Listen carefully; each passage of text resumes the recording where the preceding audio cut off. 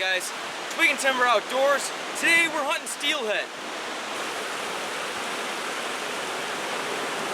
Alright, the gear I'm using today, guys, this happens to be a 9.5 foot 9 weight. I would suggest anywhere higher than a 9.5 foot. This is on the short end, okay? Also, anything from a 7 to a 10 weight will work.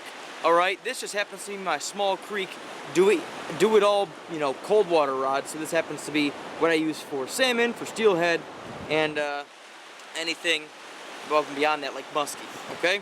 I've got on there a matching line. This happens to be a floating line, okay? And because the water looks like chocolate milk today, not the best conditions, but I wanted to get something up on the YouTube for you guys. Alright, this happens to be, I'm using a very bright, I'm going to start with a very bright egg today. Alright, just an egg pattern. I know some of you don't like that, but you know what? It will catch fish. And I'm also using some split shot, okay? Not the prettiest way to fish, but hopefully we can get some bend in this rod today and hook a nice, bright colored steelhead out of Lake Erie. So as you can see, what we're trying to do here is we have just enough weight so that the flies will bounce along the bottom of the water but not get stuck.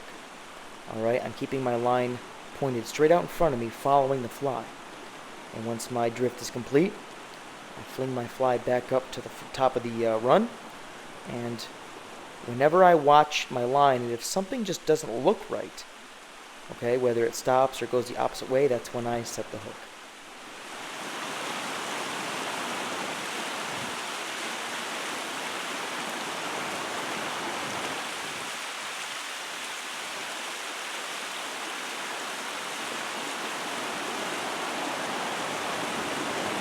Well, because I just got hung up there, I'm going to show you guys how I'm going to rig up an egg pattern for high water or for generally any type of bottom bounce nymphing techniques that we might use on the Great Lakes or out west whenever the bite gets tough. The first thing I like to do is, obviously you're going to select a fly or a pattern that you want to use. And you're going to tie a single, okay, a clinch knot onto that fly. The improved clinch is actually weaker. It's been proven. So I like to use a clinch knot. Hasn't failed me yet. Actually, sometimes it makes my line break before my actual knots. Definitely would hold a fish on. So make sure we wet the knot, obviously. No, you know, hook yourself, and then we'll cinch that down. Nip the excess. Now, because we're using weights, I tend not to waste my expensive tippet, and I'll use some regular fluorocarbon, okay? Make sure it's 100% fluorocarbon, but the reason I use fluorocarbon is because it's more abrasion resistant, okay? That means that as we bounce along these rocky bottoms of these creeks, we don't have to worry about our lines becoming, you know, marred or the line becoming weaker before we hook a fish. So that's why I like to use fluorocarbon, and also because I'm not casting, I'm not using a tapered leader. That's why you see me flop it up on top of the waters that I decide to throw in. Alright, now that we have our fly tied, go about anywhere from 8 to 32 inches up. Generally, the deeper and faster the water, the closer I like to get to the fly. And it's up to you. Some guys like to use one really big weight. I like to try to use as many small weights as I can so that I can feel the bottom a little better. Personal opinion, take my word as such. Alright, for today, considering how high the water is, I'm going to go about a foot up, maybe a little less, 10 inches. I'm going to tie on my first weight. And by tie on, I mean cinch on. Up a little bit. Get our second one started. Now, many anglers like to use the putty, the weight putty. Stuff works fantastic, no doubt, but because I do not like to spend the extra money, and I fish a lot, I choose to use either lead or tin, depending on what your state regs are.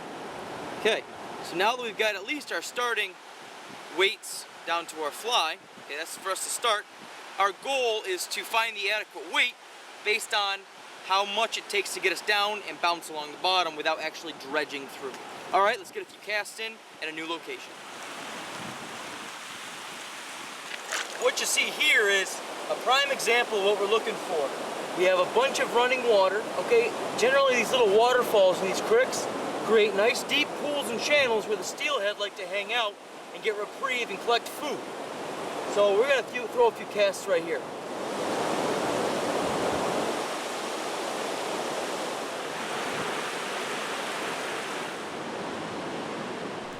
So we hit a series of 4 pools today. A couple of them deeper than others. Some of them just deep enough to hold fish. But the water and weather conditions weren't really helping us out much. Well, even though that I didn't catch a fish today, due to water conditions, due to luck, who knows. But the important thing is to learn from your mistakes. So I'm about to take the water temperature, I'm about to note the water clarity, the color, the flies I attempted to use, and log it down in my book, okay? Because I do that, I know next time not to do the same thing twice. Alright guys, sorry I couldn't get a fish on film for you today, but I thought it was an important learning tool to kind of get us started on how to fly fish for steelhead, or you can use the same principles of using water to apply that to spin fishing. Alright guys, stay tuned, more stuff coming up. Hope this was informative. Catch you guys next time.